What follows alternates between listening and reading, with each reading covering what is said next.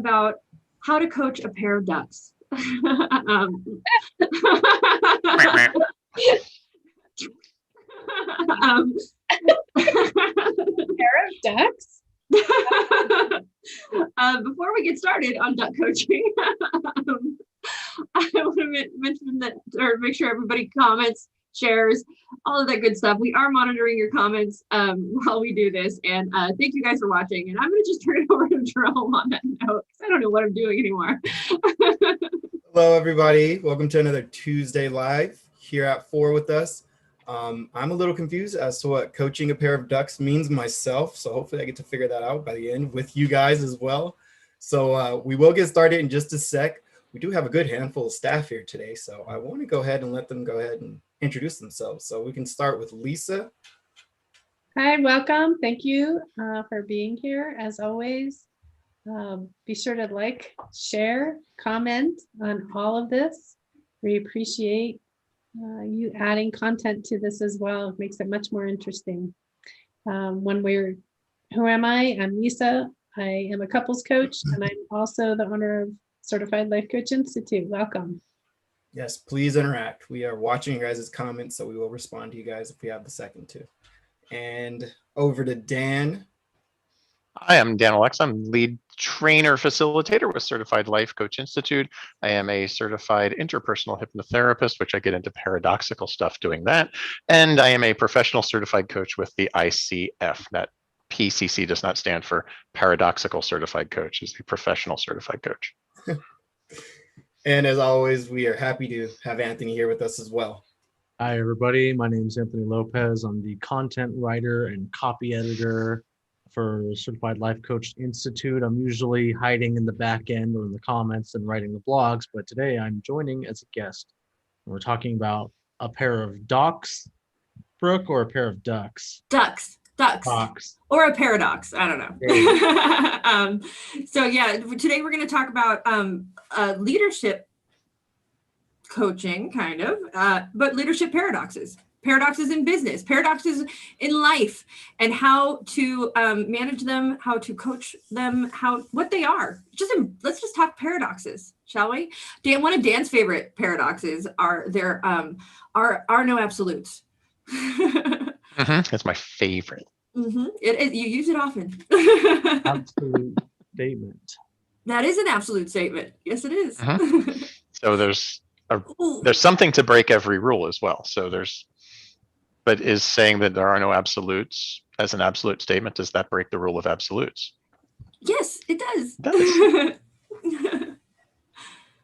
does.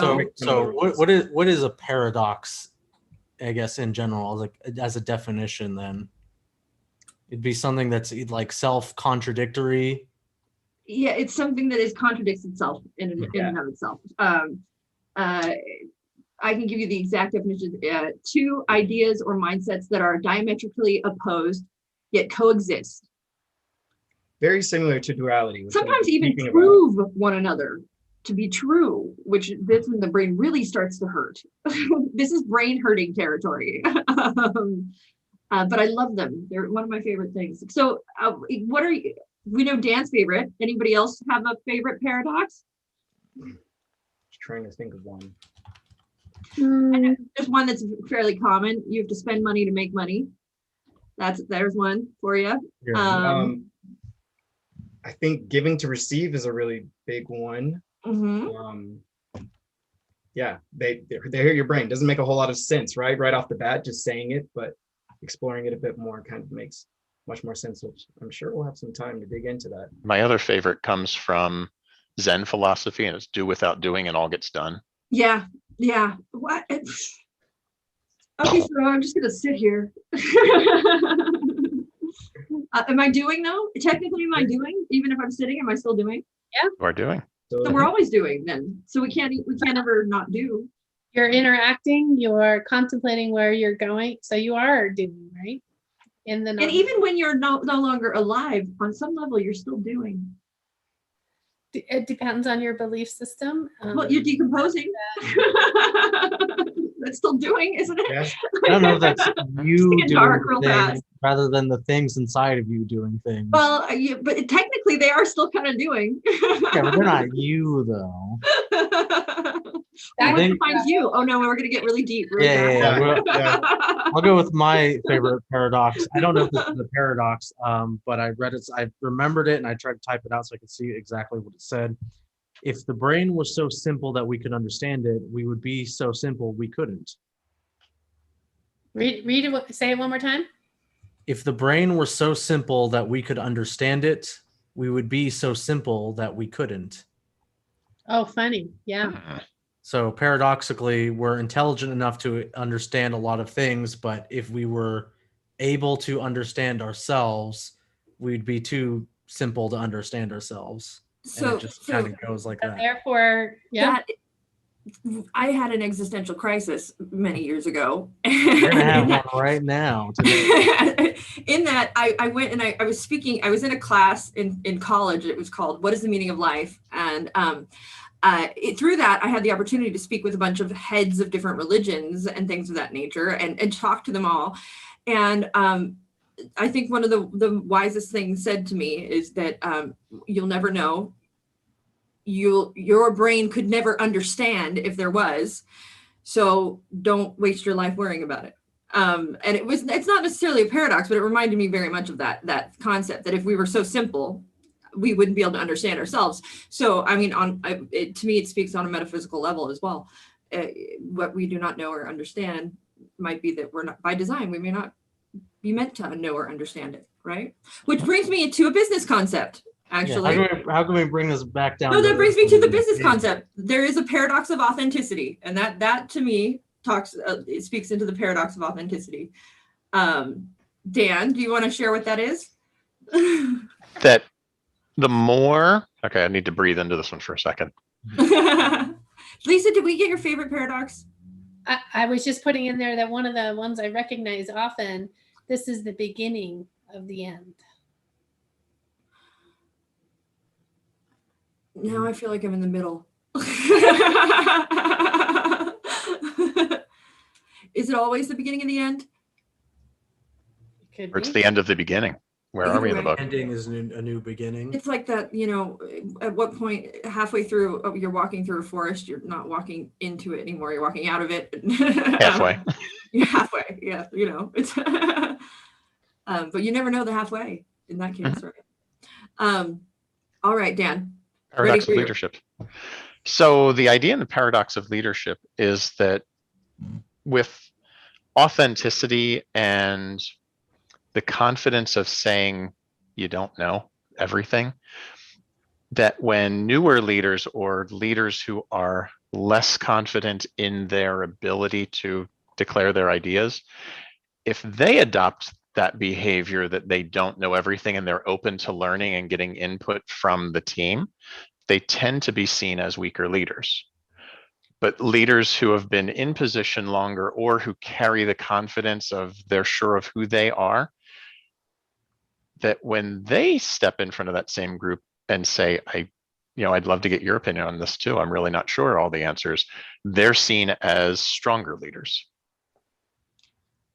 I'm gonna even step that back one step further, and that also with that concept of authenticity and leadership.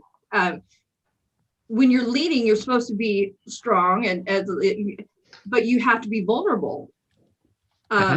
When you are being authentic, if you're going to be truly authentic, you have to be vulnerable, and to be vulnerable, you have to have a degree of strength, right? But a lot of people misconstrued what vulnerable is. So when you're speaking about being vulnerable and authentic, what do you mean? Who are you talking to? Anybody wants to answer. Well, when I say Mm-hmm. so when I say vulnerable, when we all are fallible as human beings, and if we are going to truly be honest with our fallibility, right? If we are going to open up that we don't always have all the answers, or perhaps that we make mistakes. To be truly authentic, we have to admit those mistakes. We have to admit those failings. We have to admit our missteps, so that we can be authentic. I mean, exist authentically, but in admitting our failings and our mistakes and our vulnerabilities, we are admitting weakness, but we're a leader and we're supposed to be strong. So that in itself is paradoxical in my mind.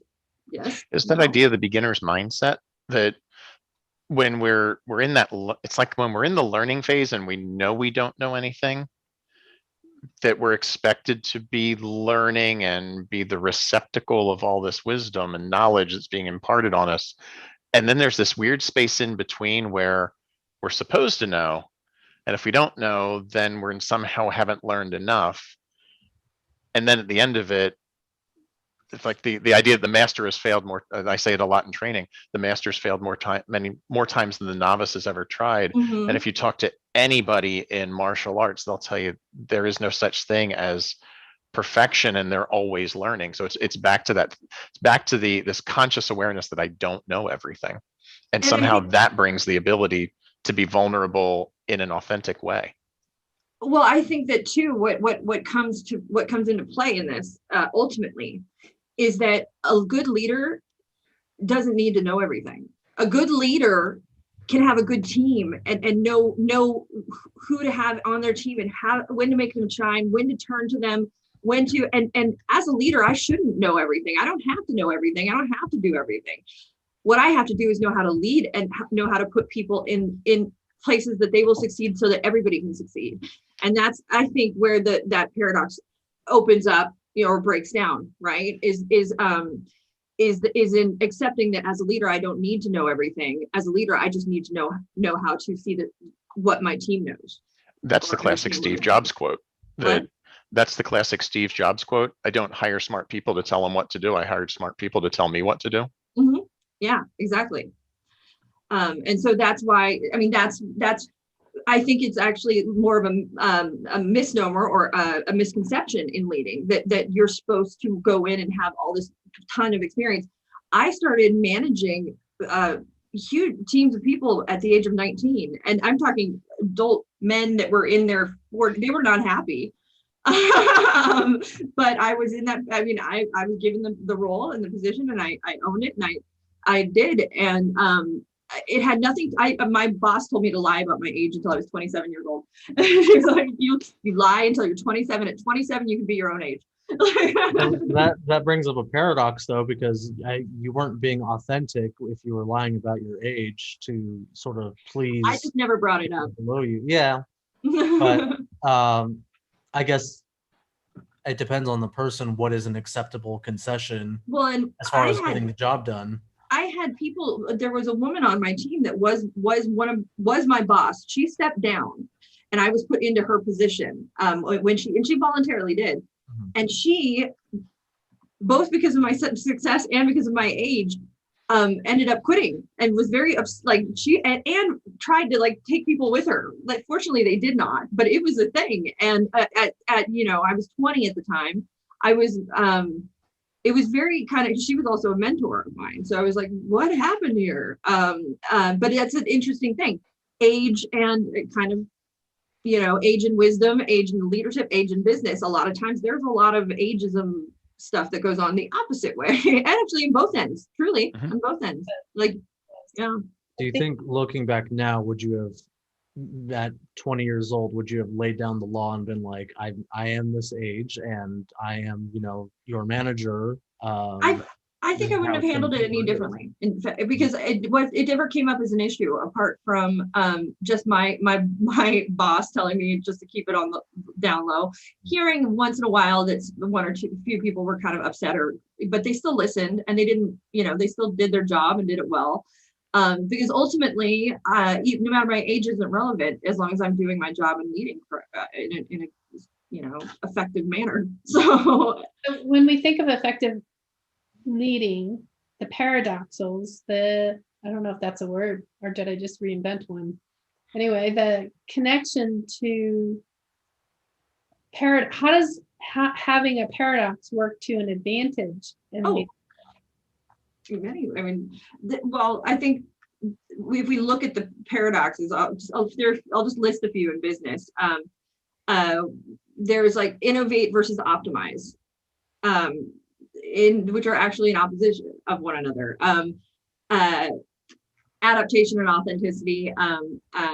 You have to be hungry to succeed is one. You have to spend money to make money. There's a value paradox where the more you have of something, the less valuable it becomes, which is in itself a paradox. So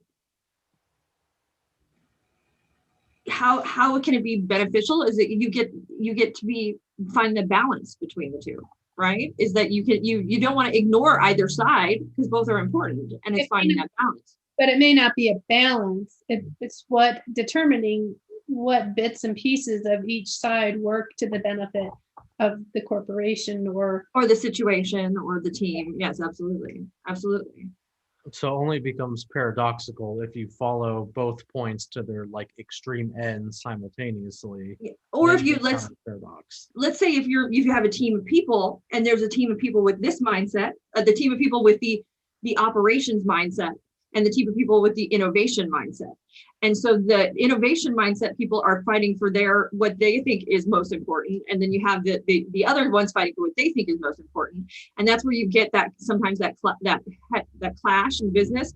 So then how do you bring those two polar ends to a place where they're actually communicating and working together and seeing the benefit of both sides? Mhm. It's just like numbers people versus creative people. It's the creative people put a lot of value in the creative, but the logistics numbers folks are like, okay guys, come on, we gotta rein this in a little.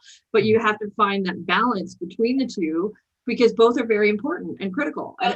And I think it's important that they realize that they're one team, and helping that mindset shift in that, if you will, meeting to understanding that they're one team, bringing that to the table, and then building it from there, like you're speaking on. Yeah.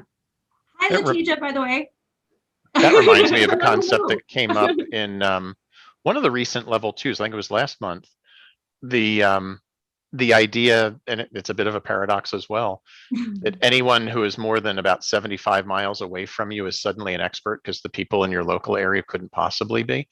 And it reminds me back when I was still working in corporate, there would be all this wonderful tribal legacy knowledge within the company that we could have easily had ownership embraced that wisdom and leveraged it.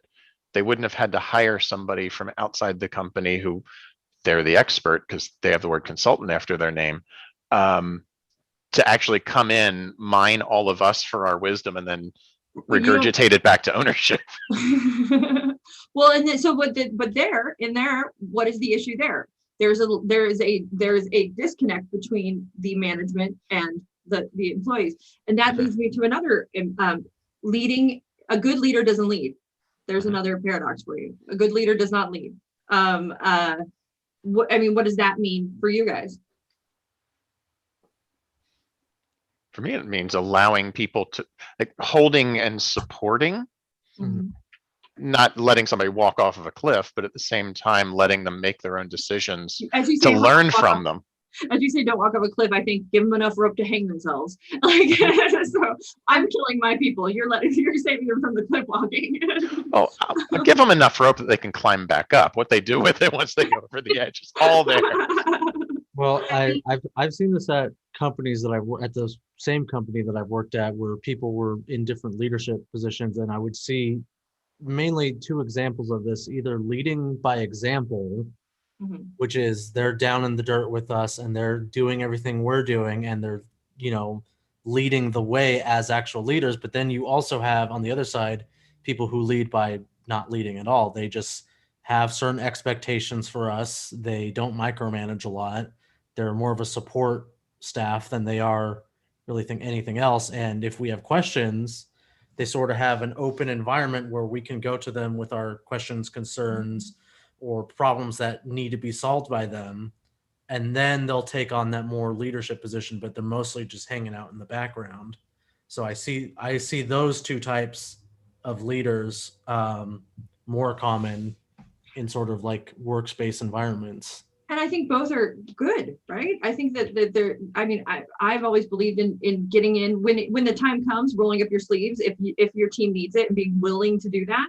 But also as a manager, or your role should be removed, and you should be allowing your team to grow and thrive as well. And I think guess a lot. I think as a leader, you want to have done the different positions so you can have a full presence of knowing, maybe not knowing 100%. Like if I do my job, I know what I'm doing here 100%, but different aspects of different positions so that when the troubleshooting comes back to the leader, that they have a better perspective of the different areas so that they can help make that and formulate the best decision. It's a matter of kind of being able to speak the language or understand the situation. And I mean, you don't have to know the nuances. You have to have an understanding of what the bigger picture is and the little details. Like I don't need to, if I have a technical person that's really, super into something technical that I don't understand, I don't have to know how that cable gets attached to that or what have you. I just have to know enough to know what the issue is or if there is one. And then know who to delegate or who to hire to delegate to, right? Yeah, absolutely. I think a huge part of being a powerful leader has to do with not really seeing those around you as numbers, but as people. Because if you see them as numbers based, sort of like manpower based, just as an extension of what you already know. That makes it fair, right? Not having a number, not being top corporate, being family, you recognize in the individual strength. Yes, exactly. I think that really plays a huge role in allowing around you to grow, considering, again, if you're just looking at people as numbers and an extension of what you already know, you're not really allowing for breathing room for the rest of the group around you to grow in different directions that you may not have had the time or energy to do so. isn't that another sort of paradox in sort of leadership as well, where at a certain point you do kind of, for like practicality, you kind of have to view the people underneath you as numbers in an Excel spreadsheet, whether you want to or not, because you have people above you who may only view the people below you as numbers on a spreadsheet. So how do you sort of balance that? I think that's an oversimplification though, because I think that, and it's an assumption as well, because it may not be because there's people over you, but in business, at some point you have to look at the numbers and you have to look at return on investment, and you have to, if the business, you have to look at the I guess the greater good at some point in some situations where, and tough choices have to happen. It's life, and that is the nature of business. And I don't think that it's that you're not looking at, or you're only looking at people as numbers. I think that's where the oversimplification comes in. But it is putting the needs of a business ahead of, I guess, the need of an individual employee, or the job of an individual employee, because sometimes you have to lay people off so that the business succeeds as a whole for the greater good, the more people at the business. I think that's why coaching is working in businesses these days, because what they're doing is looking at the person. Yes, they have to meet the criteria of numbers, and they see the value of the person. So they're potentially giving them an opportunity to grow and understand what the business as numbers needs, while the business is acknowledging the human and what that human needs to succeed there. Yeah, well, and that's a big, very important part of business. And it's something that I had an amazing mentor who taught me, is you want to set your team up to succeed when they come in. That when you are leading as a manager, so there's another paradox. The accountability, holding people accountable, or acknowledging that failure is part of the process. So that's another paradox where you have to balance. Do I hold my team accountable when things go wrong and at failures, or do I in fact just acknowledge it as part of the process and that accountability doesn't come? There's a divide there that often happens, because there's the benefit to accountability, but there's also a benefit to knowing that mistakes happen and not doing that. I think there's also a shift in mindset that takes place there, and because it's easy to look at the accountability from particularly a managerial perspective of I'm in control and that there's this has to happen in a certain way, and that's when controlling managers tend to come in, because I've got to fix it, I'm the only one who can do it, and that's the short-term perspective of it's got to get fixed now, versus the long-term team growth of let them fail so they can learn. And then, because nothing they do, none of it's rocket science, we'll figure it out, and we'll learn forward to be a stronger team. Well, and as a manager, if my team is failing, I need to look at where I'm failing. It means I'm failing my team. If my team is failing, I'm failing them first, because something I'm doing is now. Of course, there are always exceptions to these, that we're making absolutes. But I mean, because there are some hard and fast and true things that just aren't acceptable. Or we talked about passive aggressiveness last week, and how on occasion. But then as a manager, though, I would still have to ask myself, what is causing this employee to be passive aggressive?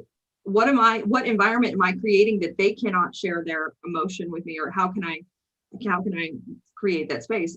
Another paradox there, being a manager and having empathy, and also having to be a disciplinarian, or having to be, if not a disciplinarian, having empathy and still maintain that professional boundary. And that's something that can be kind of a tough place to be. I mean, I think you can still have empathy as well. You can, understand that. I mean, I'm thinking more of like hypothetical situations. If someone's in trouble, or you need to, sort of have a talk to an employee about something or a concern of yours, and let's say worst case scenario, you need to write them up. Ask them, what's going on? Like, is there anything I can help you? What caused you or this event to happen? Understand that, maybe try to find solutions where, from your perspective, you can help them as a manager, and try to coach them into seeing what they can do to fix the problem. But then, And that's where the coaching, we're still going to have to go through this disciplinary process, but you're withholding your emotions. You're not angry at them. You're sort of holding a more neutral space so that you can get the work done, get the job done, and move on to the next step, or move on and not dwell on sort of what may or may not have happened. Well, in a lot of this, it doesn't have to be a disciplinary direction. It can be, let's figure out where growth is. A lot of times people are hiring leadership coaches to help them figure out how to finally break through, if you will, that glass ceiling that they can't seem to get through. So there's different aspects of leadership coaching. There's so many avenues to work in this field, paradoxically. Well, and the thing too, again, is setting up your employee to win. And that's where assessments and things like that come in.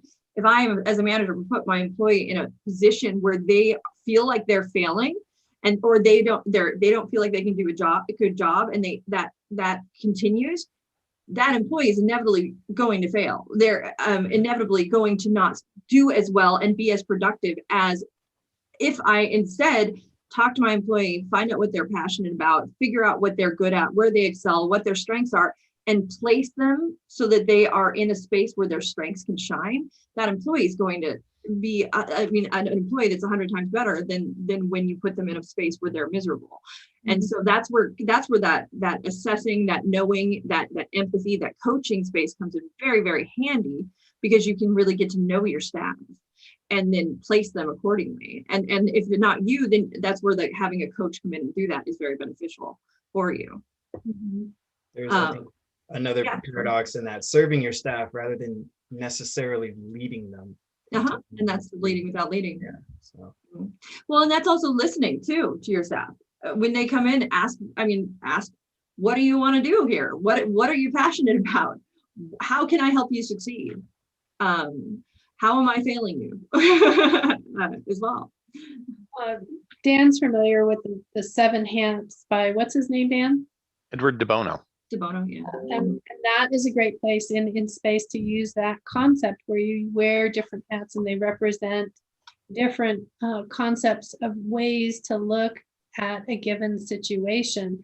so that it doesn't feel like perhaps the pressure, if we're talking about one person, it doesn't feel like on the pressure of that one person. They get to take it outside of themselves and really work out the different details that need to be looked at to work towards success. It can bring those two sides, the opposing, that operations and that innovation side together, because by forcing them to think, the creative to think with that critical brain for a minute, or that analytical brain, and wear that hat, they can then get some understanding, empathy, and for what the analytical side is doing. And a lot of times that is where that clash is coming in, is they're only thinking about them and their department.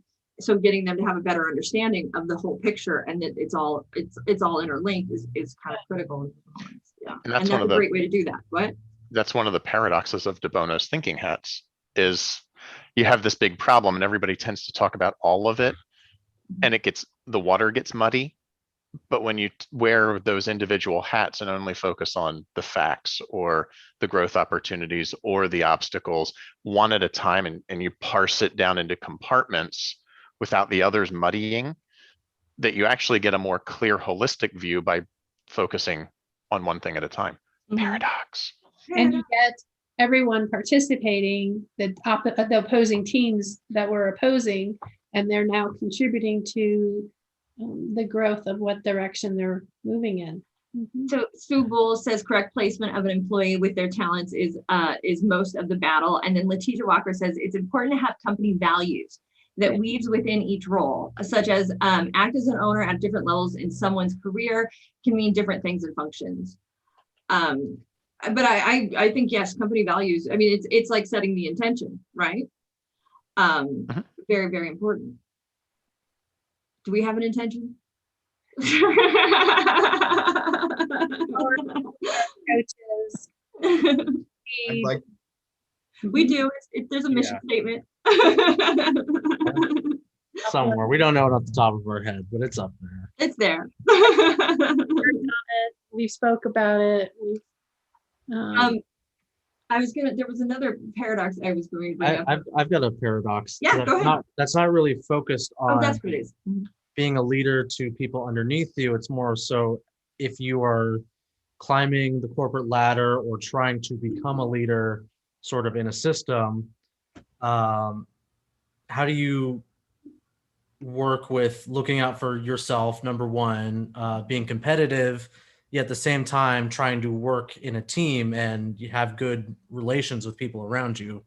Because a lot of times if you're just absolutely vicious trying to get as much social and that's again as possible, you're not acknowledging that it takes the team. Like, you're not acknowledging no one person. You cannot operate autonomously. As much as we can pretend we look out for number one, number one is going to fail and only get so far without everybody else. Like, you can only go so far. If you want to, what is the saying? If you want to go fast, go alone. Fast, if you go want alone. to go far, go with together. Go with others. Yep. Yeah. because I had this was a while ago at a place I used to work. I had somebody who was in the position above me, and he sort of confided in me, and he was like, why does it feel like nobody likes me that I'm working here? And I had to be honest with him. I was like, because you're a jerk, and like you try to like you constantly try to like do the looking out for number one thing and try to make yourself look better and try to sort of gratiate yourself to management to try to like move up, but it's not working for like the rest of us that you have to work with on a day-to-day basis. You know, I just thought of in coaching, when we teach our level one, we teach about I statements and using I statements. Mm-hmm. In business, however, especially if you're a leader, you don't want to use I statements. You want to use we statements. You want to use we, because the moment, especially if you're leading, that you I something, you have now taken credit and you're not acknowledging your team. And so it's a we thing. And that's always acknowledge the team first. You are nothing without your team. And I think there's something there's a part of that in coaching as well, particularly in the exploration phase in the middle of the session, the collaboration comes through. Mm-hmm. And then at the end, one of the things, like particularly in students, so what are we going to do next week? No, there's no we of what are we doing next week. It's what are you doing next week? We throw it back to the client to get that binary there's one person taking action, not the coach and the other person. Mhm. And it would be the same if the coach was going into a business. It would be getting everybody on in a we space, but it's about them as a team having a single goal, right? And that's again, what the difference between team coaching and group coaching and all of that is, that it's a universal, a singular mindset is a team. And that's what you want. It's when teams don't have the singular mindset that you get a lot of friction going on there. Another one, humble hero, is another paradox, which is that being confidently humble. You know, you want a confidently humble leader, which we've kind of been talking about that though. This whole Dalai Lama. you could meditate like 8 hours a day. I mean, 12, 16. His name. Maybe at the same time be humble, but know when to strategically sort of, talk and be an advocate for yourself. Because if you want a promotion or you want a leadership position, you need to be able to very clearly say what have you achieved, what you've done to earn your role, essentially. Yet at the same time, not sort of thinking you're all that. It's knowing your value, but without having to discredit the value of the team. Right? It's that I can know and acknowledge my value and worth as a part of the team, and that my contribution is important and has value. By knowing that about myself, that does not discount the contributions and value of everybody else. It's just me knowing what I need, or I mean, a lot of times if it's coming down to that, there's something that's motivating you to say, hey, in that moment, or the opportunity is there. Because sometimes it's just a matter of the opportunities knocking, and you're going to answer the door as well. I know that for me, I very rarely walked in and been like, give me a lot. Most of the times it was offered to me. And so it just mattered, do you take it or not at that point? I think for a lot of people, the paradox and humble leader comes with, and being a leader means, or being a humble leader means that you are pretty much invoking a sense of vulnerability, which seems paradoxical, because if you're vulnerable, people are going to step all over you, right? Yeah. I don't think you necessarily, I think you just kind of like what you're saying, know your worth, understand your values. That doesn't necessarily mean you're going to be in a position where you're letting people walk all over you. I mean, you still understand your value, you understand your worth. Being a humble leader, I think, has a bunch of different benefits to it. And I think, again, that's the paradox that we for the most part kind of battle with. If you're being humble, you're being weak. I don't think that those necessarily have to go together all at the same time. It's the difference between Superman and Batman. I don't like Superman. Superman, invulnerable. Nobody can take him down unless they have some kryptonite, Boring. but that's just another story. But he's very much a team player, where Batman is, I will He's defend just my alone. territory. I'm going to tell you what to do. This is He how we're still going to has win. Alfred. Alfred's dead. Alfred died 2 years ago. They killed him off. And Robin. So he does. No, Robin's still have around. a team. That was years ago. He They has brought a him small back. team. Oh my gosh, you guys are hilarious. So All of our what comics makes are each of fans. you, let's stick with the leader concept. What makes each of you a leader? I'm abrasive and obnoxious, and I won't let anybody do anything else except what I tell them to. No. Well, what makes me, or a good leader in general? No, you specifically. I don't know, guys. What makes me a good leader? You have to know your own values. Right? Yeah, I know.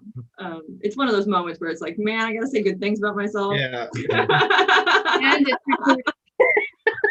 I don't know that this wanna. necessarily makes me a good leader, but I mean, not to just go right back to it. I try and be as humble as possible, with whatever I do, whether it is something super simple that, just to put it in numbers terms, that garners one client, or it's something that got 100 clients for the company.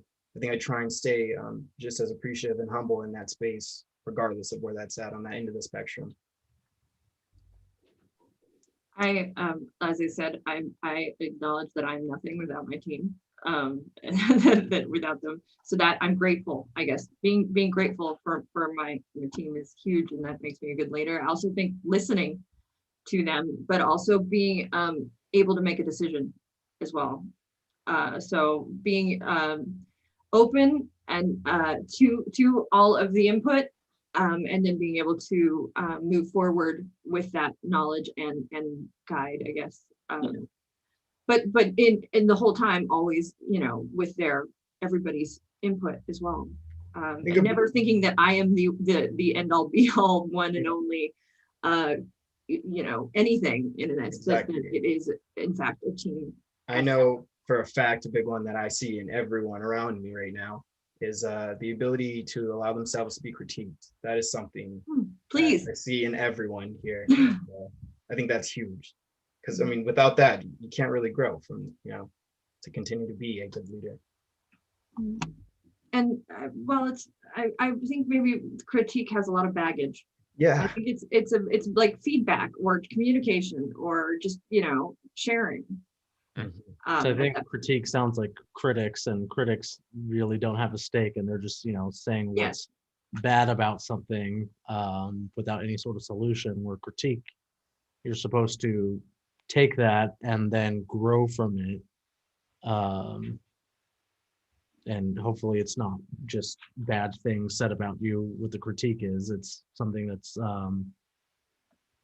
you can build with, I guess. One of the greatest things that I learned as a creative is, because there's a lot of especially with creative folk, we can get very like, I want to do that, I want to do it and do it my way. But because I working in theater and working in film, you learn very quickly you can't do everything. And so that's when I learned that collaboration, like with this, me on my own, I have my own set of weaknesses, my own set of strengths, but Anthony's strengths are going to be different than mine, and his weaknesses will be different than mine. Same with Lisa, so what will happen is when my weaknesses are present, if I have a team that can support me, I'm going to stay afloat. They're going to keep me up, and we're going to keep moving together, and we're going to be stronger as a whole.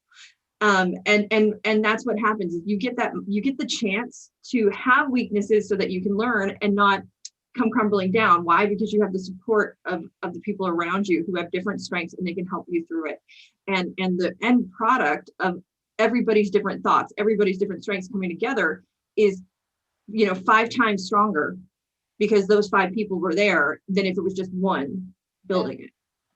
And when you have to step up, when I think of a time that I had to step up, when I was this support team, and to step into the leadership role then doesn't take much. You just have to make decisions and be responsible for those decisions.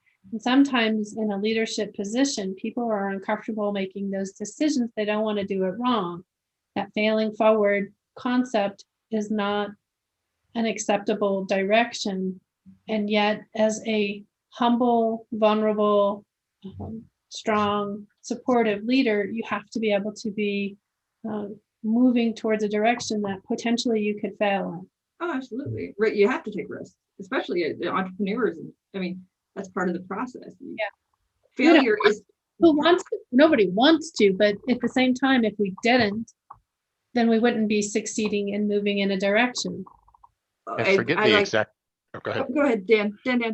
I forget the exact quote, but Elon Musk has one about he expects failure, because if they're not failing, they're not growing.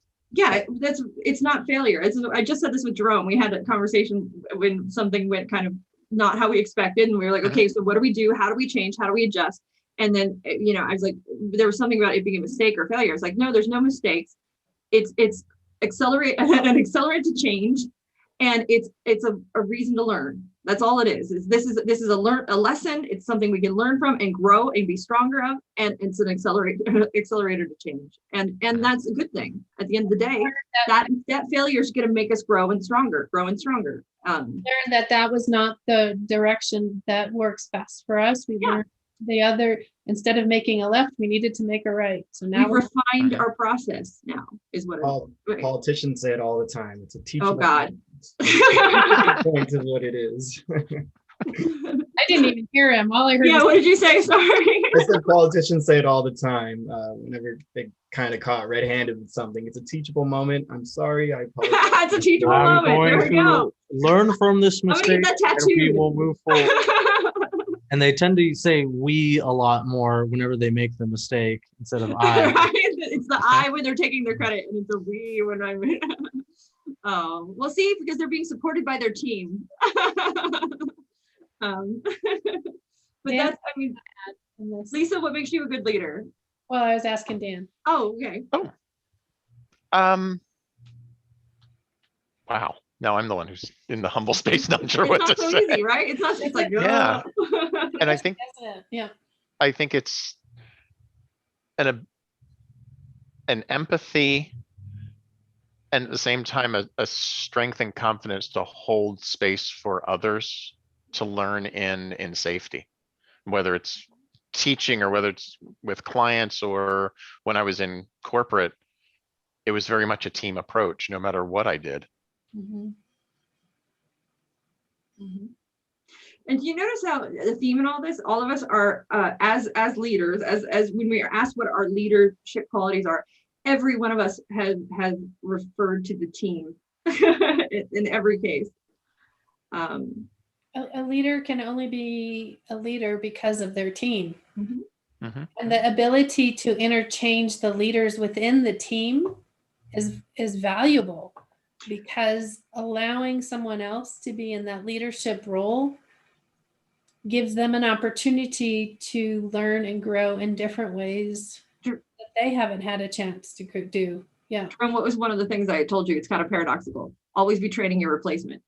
Yes. Always Yeah. be training your replacement. Yes. And that's not because that was something I was taught by my mentor. Always be training your replacement. Not because you're going to leave and they're going to take your spot, or you're going to get fired. No, because if you plan on excelling and going up the ladder, you should be training the people behind you, training the next person that's going to come into your spot, so the company doesn't suffer, so the business keeps going, so that that person has your knowledge. But that in itself is kind of paradoxical, because now I'm giving my secrets to the, or all the.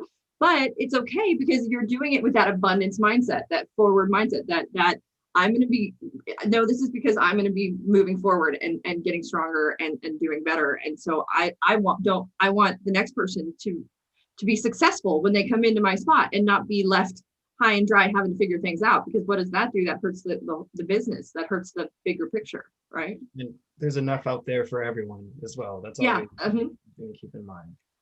By the way, I'm proud of Jerome for training his replacement. He Have a is. replacement? He's doing a good job. He's we doing a talking about? fantastic job. You're out of here, Jerome. No, I'm just kidding. He climbed the Bye-bye. ladder. We're firing you on live. Man, this sucks. Oh, I hope who we're talking about is watching. I asked him to. Oh, wait, the Kyle? Yeah. If you're watching, Kyle, shout out to you. Yeah, you got some big shoes to fill.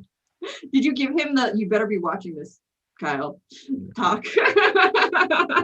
Earlier this morning, I didn't have time to check in right before that. So we're in our last few minutes here. Final paradoxical thoughts. My brain hurts. A paradox might appear like a paradox, but oftentimes it is not, and there is a healthy way to sort of balance the two extremes. You don't have to always pursue both to their logical ends, and you can, find a happy balance. I think it's a symptom.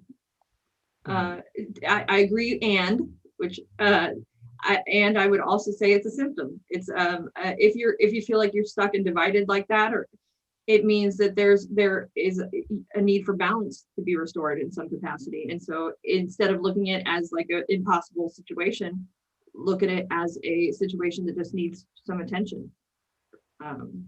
You could ask as a coaching question, what is the opposite of that, whichever that is. Well, opposite though, does that take us to the other side? What is the middle of that? So you need to be able to identify that other side, and then come back to what is their neutral position on it. So being able to look at things from any possible aspect is going to help build that balanced space. Yeah. And Thing that's coming to mind right now is if we're in a furious activity focusing on one thing, what are we missing in the environment around it? So the slowing down and pausing and breathing actually gets more done in the pause than continuing to frantically spin. that's a stepping back. That's the fresh eyes in design and painting and things like that. Is you want to stop what you're doing, even writing, everything, get away from it for a while and come back with fresh eyes. Because if you're in it too much, you don't see those, mistakes, the issues, the hiccups, and that's also, you're able to come back without being emotional. Usually, It's fair fighting as well. It's what you use in fair fighting. I think too, getting another perspective. Yes. I mean, is huge, and that's again turning to your team, being open, communicating, saying, "Hey guys, what am I missing here? What do I need to know here? What can we do here? Let's have a discussion. Let's work this out." That's big. That's communicating. I mean, man, if you guys didn't talk to me, I quit a long time ago. Gone. I think there's a lot more things in the world that are paradoxical than we realize. I think the apparent ones come up is because perspective is rearing its head, and we realize that there's a point of view that we really haven't taken yet. And I really thinking about it, pretty much everything that you think of can be a paradox, because everything has different perspectives, and not necessarily, again, one exact answer to everything. Some of the staunch leaders will say, we've always done it this way. It's always been successful here. And I don't want, how would you help that leader come to a different perspective? Got you here, won't get you there. Yeah. It Adapt was or the die. biggest fight I had. Yeah, it was the biggest fight I had in corporate. What is it, your observation, Jerome, when you say that that paradoxes can exist in everybody, in everything, and what does that tell you about anything, people, business?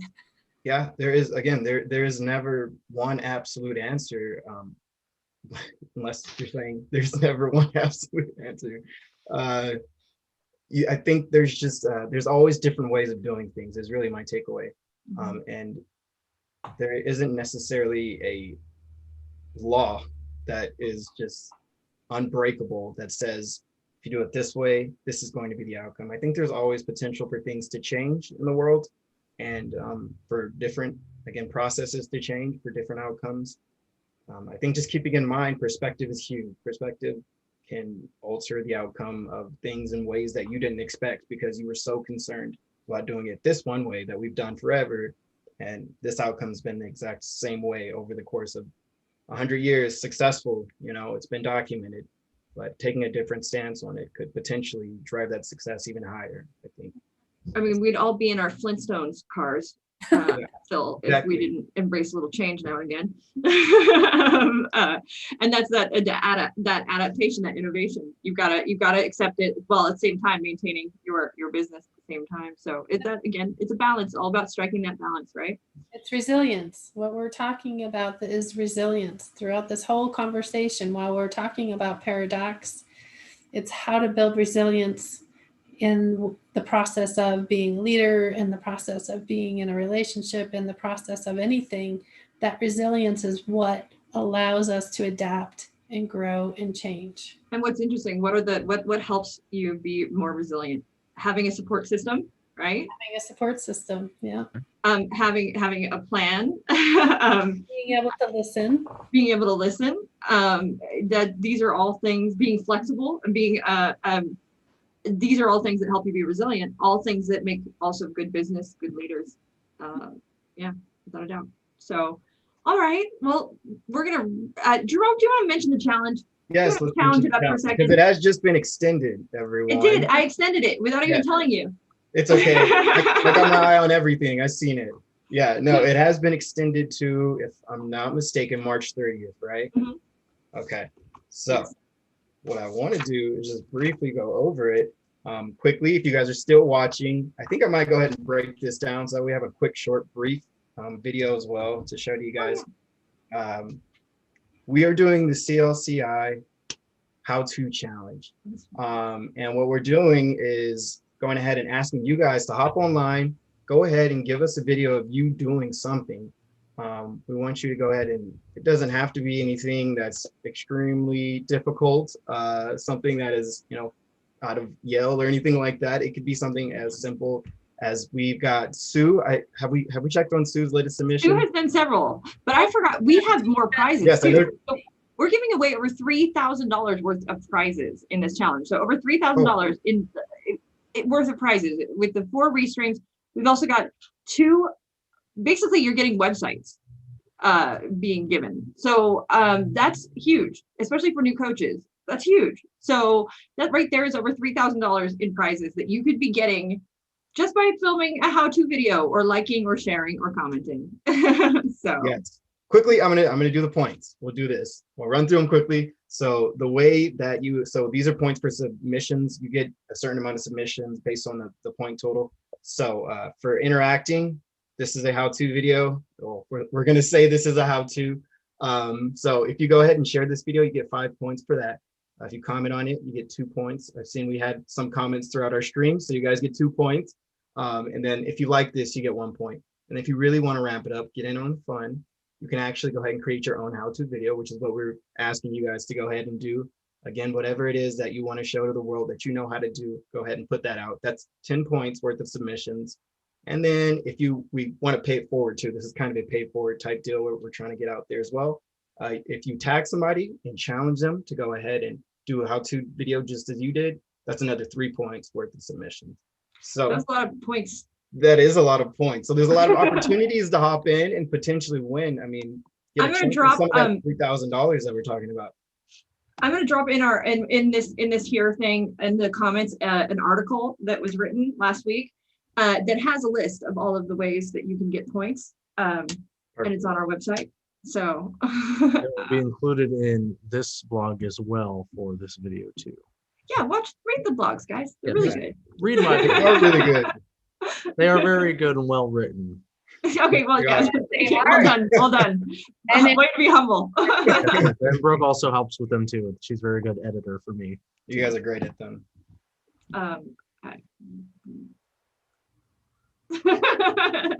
Okay, by the way, Sue says she has more coming as well.